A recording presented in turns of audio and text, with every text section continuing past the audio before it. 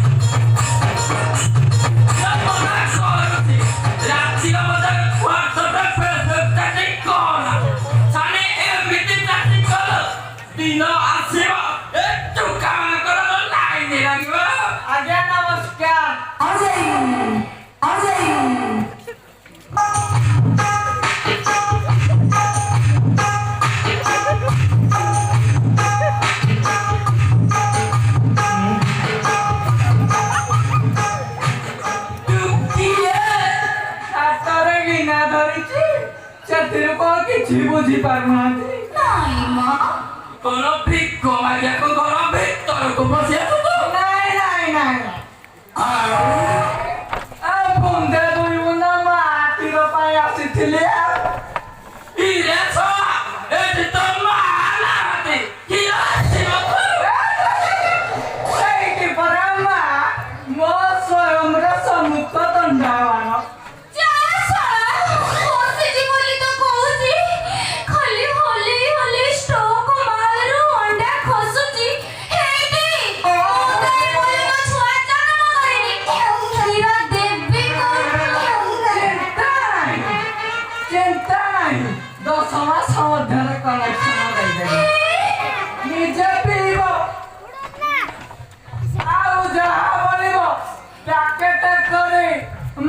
pakai kilo.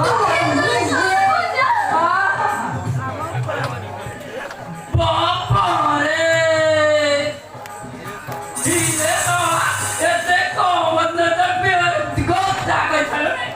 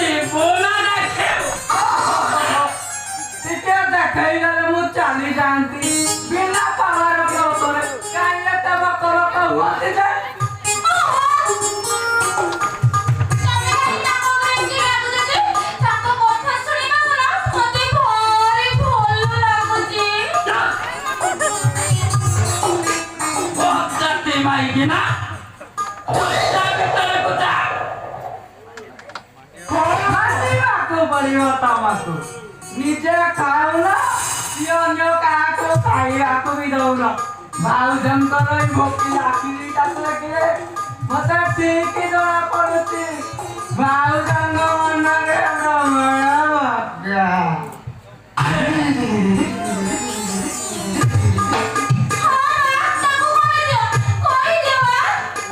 ତୁ ଯେମିତି ତା ଭୋକ ମାରିବାଟା ପୁରେଇ ଦବୁ ମାନେ ତୋର ଖାଇବାକୁ ଦେଲେ ପୁରା 10 ମାସ ପାଇଁ ପେଟ ଫୁଲ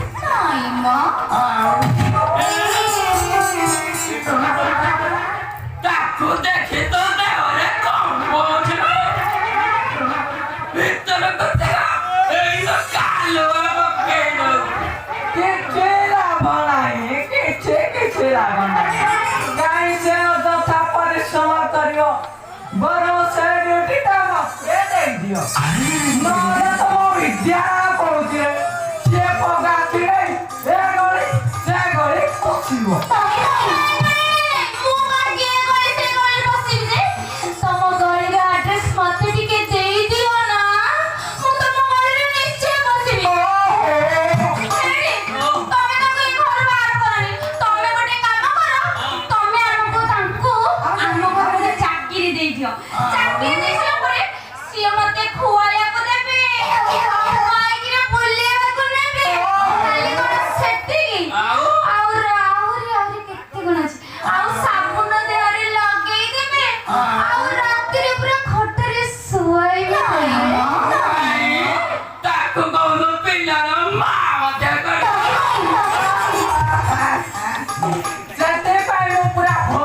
ତାପରେ ଅଛି ସିଏ ତ ରାଜି। ମୁଁ ବି ରାଜି ତମେ କେତେ ଭଲ। ତତେ ନୁହଁ ତ ବୋଉ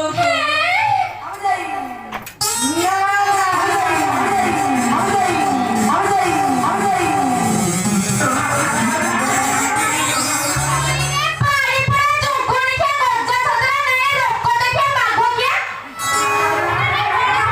ତୁ ମୋ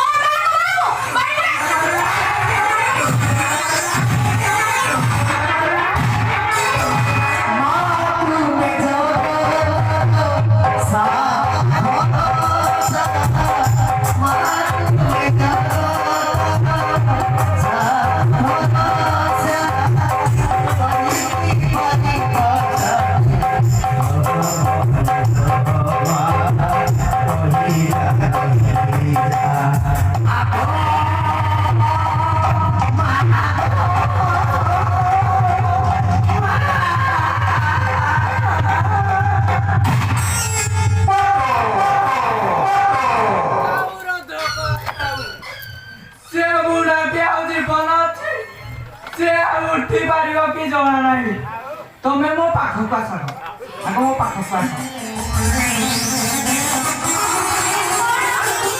ଆସ ମୁଁ ଆଗ ଥରେ ତମ ଗାଲକୁ ଆଉ ଥରେ ତମ ଓଠକୁ ଚୁଚୁମି ଦିଏ ଏମିତି ଲାଗିଲା ହେ ମା ଏତିକିରେ ଏତେ ମିଠା। ଆହୁରି କେତେ କାମ ବଡ଼ ବଡ଼ କାମ କରିଦେବେ। ସତ କହୁଛ? କାଲି ତୋର ମୋ ପାଖରକୁ ଚାଲ ଚାଲ ନା, ମୁଁ କଣ ମନା କରିବି? ହେଇନି, ମୁଁ ଏଥର ଚାଲିନି। ଯାଉନ ମୁଁ କଣ ମନା କଲି କି ଏଇଠି ମନ ଖୁସି ହେଇଗଲେ ଚାଲି ଆସିବ ଆସିବ ତ ନିଶ୍ଚୟ ହେଲେ ଏକା ନୁହଁ କାଠରେ କାକେଇକି ବୁଝିଲ ମନ୍ଦାରବତୀ ମଜୁଇ ସବତୀ ଅନ୍ଧାର ଘରେ ଲାଇଟ୍ ଲିଭେଇ ଖେଳିବା କିତି କିତି ଅନ୍ଧାର ଘରେ ଖୋଜୁଥିବ ତମେ ମତେ, ମୁଁ ପାଇଯିବି ତୁମକୁ। ତାପରେ ମନ ଇଚ୍ଛା ଯେତିକି ଚୁମ୍ବନ ଦବା କଥା ଦଉଥିବ।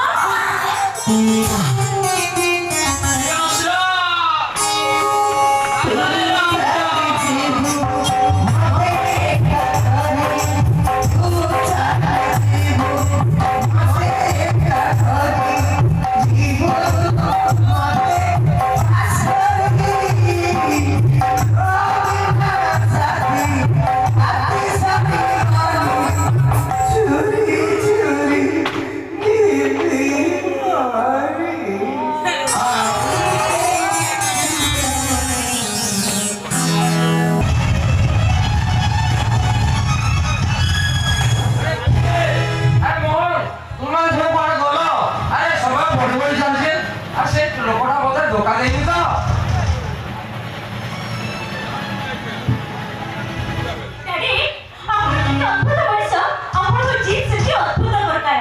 ଆପଣ ମୋତେ ବୁଝେଇ ହବ।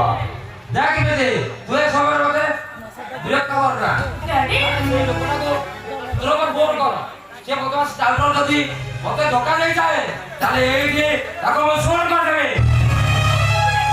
ଆପଣ କାହିଁକି ବ୍ୟସ୍ତ ହଉଛନ୍ତି କହିଲେ? ସେ ଠିକ୍ ଟାଇମରେ ଆସି ପହଞ୍ଚିଯିବେ। ଏଇ ତ ଆସିଗଲି।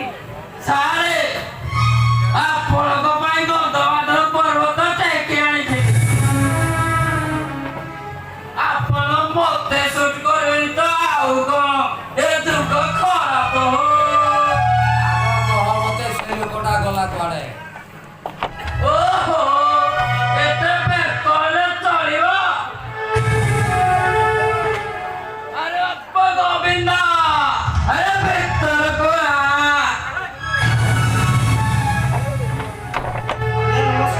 नमस्कार अच्छा तुम ना गोविंद हो आज्ञा अच्छा तुम्हें वो प्रस्ताव रे एकमत हो आज्ञा ମୁଁ ଆପଣଙ୍କ ପ୍ରସ୍ତାବରେ ଏକମତ। अच्छा तुम्हें बंची थाओ तो मरिबा को प्रस्तुत तो ମୁଁ କେବେଠାରୁ ମରିସାରିଛି ଆଜ୍ଞା। ଏଠି ଯାହାକୁ ଦେଖୁଛନ୍ତି ମଣିଷ ନୁହେଁ ସେଇଟା ଗୋଟେ ଅଧା ଜଳା ମୁର୍ଦାର ମତେ ଯେମିତି ଲାଗୁଛି ଏ କାମ କରିବା ପାଇଁ ତମକୁ କିଏ ବାଧ୍ୟ କରିଛି? ମୋ ଭାଗ୍ୟ ଏ ସମୟ ଆଉ ମୋ ଶପଥ ଜୀବନ ଗଢ଼ିବାର ଦାୟିତ୍ୱ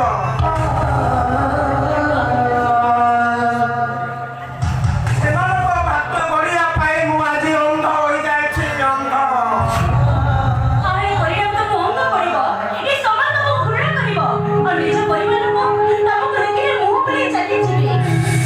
ସେଇଟା ଟଙ୍କା ପାଇଁ ତାଙ୍କ ଭବିଷ୍ୟତ ନଷ୍ଟ ହୋଇଗଲେ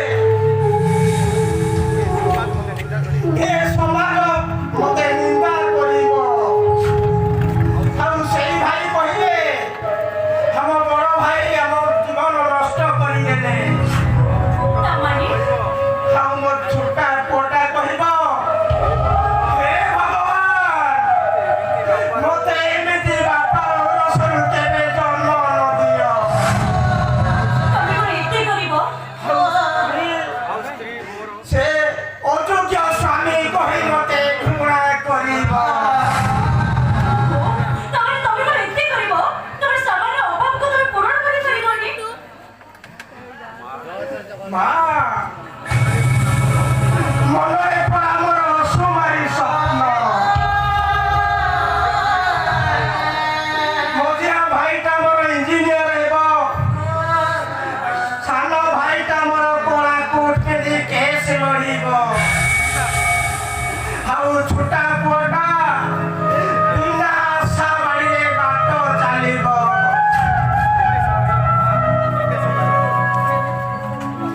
ଏତେ ସବୁ ସ୍ୱପ୍ନକୁ ମୁଁ ପୂରଣ କରିପାରିବି କେମିତି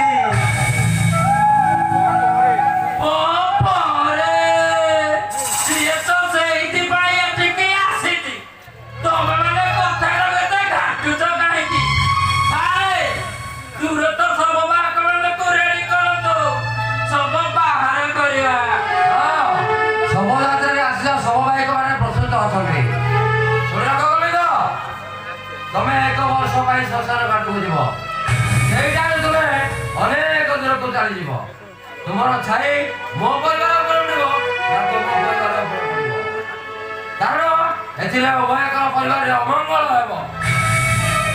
ମୋ ରାଜାକୁ ମୁଁ 1 ବର୍ଷ ପର୍ଯ୍ୟନ୍ତ ଦେଖିପାରିବିନି ମୋ 2 ଭାଇ ସହିତ ସମ୍ପର୍କ ରହିବନି ମୋ ତୁଳସୀକୁ ଛାଡ଼ି 1 ବର୍ଷ ନିବାସ ତଳମୁଣ୍ଡ କରିବାକୁ ପଡ଼ିବ ଦେଖ ସବୁଠୁ ଭଲ ହବ ତମେ ତମ ଘରକୁ ଫେରିଯାଅ। ନିଜର ଅମଙ୍ଗଳ ନ କରି ନିଜ ଲକ୍ଷ୍ୟ ପୂରଣ କରିବା ପାଇଁ ନୂଆ ରାସ୍ତା ଦେଖ। ନାଇରେ ମା ମୁଁ ଖାଲି ହାତରେ ଫେରିଗଲେ ମୋ ଭାଇଟାର ଇଞ୍ଜିନିୟର ପାଠ ବନ୍ଦ ହୋଇଯିବ ଆଉ ସାନ ଭାଇଟା ଓକିଲାତି କରିପାରିବ ନାହିଁ ମୋ ରାଜାଟା ସେମିତି ଜୀବନ ସାରା ଆଶା ବାଡ଼ି ଧରି ବାଟ ଚାଲୁଥିବ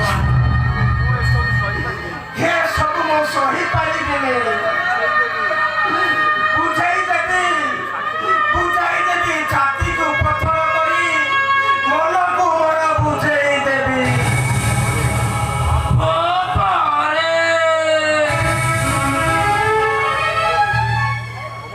ମୋ ପିଲାର କେତେ ବୁଦ୍ଧି। ମୁଁ ଦିନ ସେଦିନ ରାଗୁଥିଲି, ମୋ ଭାଇଟି ଭଲ ଦତ୍ର ଦେଖି ହାତ ମାରିଛି। ଏଇ ନିଅ ଗୋବିନ୍ଦ, ଏଇ 12 ଲକ୍ଷ ଟଙ୍କାର ଚେକ୍।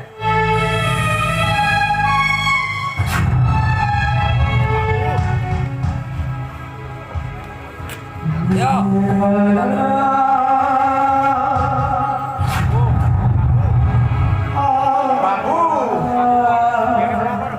12 ଲକ୍ଷ ଟଙ୍କାର ଚେକ୍ ହାତରେ ଧରିଲା ବେଳକୁ ଯାହା ପାଇଁ 7 ଟଙ୍କା 7 ସପନ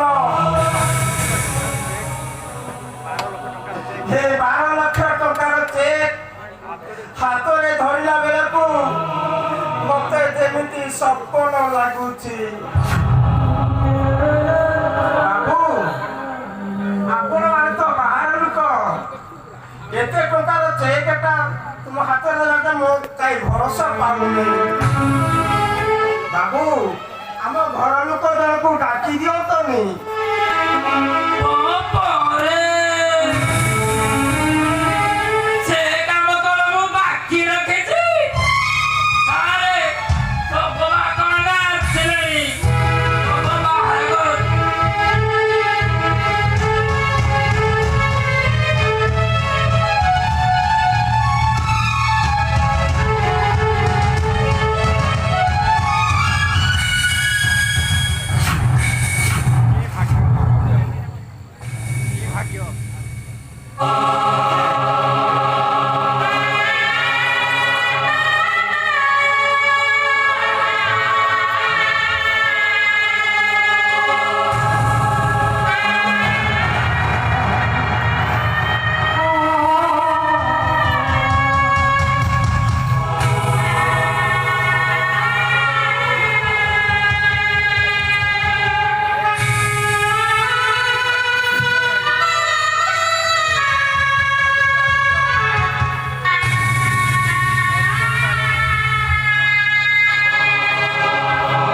କି ଭାଗ୍ୟ ମୋର। ହେ ଭାଇମାନେ ଦେଖ ଏମିତି ଭାଗ୍ୟ କଣ କାହା ଜୀବନରେ କେବେ ଆସିଛି? ବଞ୍ଚି ଥାଉ ଥାଉ ମୁଁ କେମିତି ଶବ ହୋଇ ଶ୍ମଶାନକୁ ଯାଉଛି। ରାମାୟଣ କାହାଣୀ ଶୁଣିଥିଲି ଏ କାହାଣୀ ସମସ୍ତଙ୍କୁ ଆଶ୍ଚର୍ଯ୍ୟ ଲାଗିବ। ରାମାୟଣ କାହାଣୀ ଆଉ ଏ କାହାଣୀ ସମସ୍ତଙ୍କୁ ଆଚମ୍ବିତ ଲାଗିପାରେ, କାରଣ ରାମାୟଣର ରାମଦେବ ଆଜି ଦେବ ଅଗ୍ନି ପରୀକ୍ଷା। ଅଗ୍ନି ପରୀକ୍ଷାରୁ ହେବା।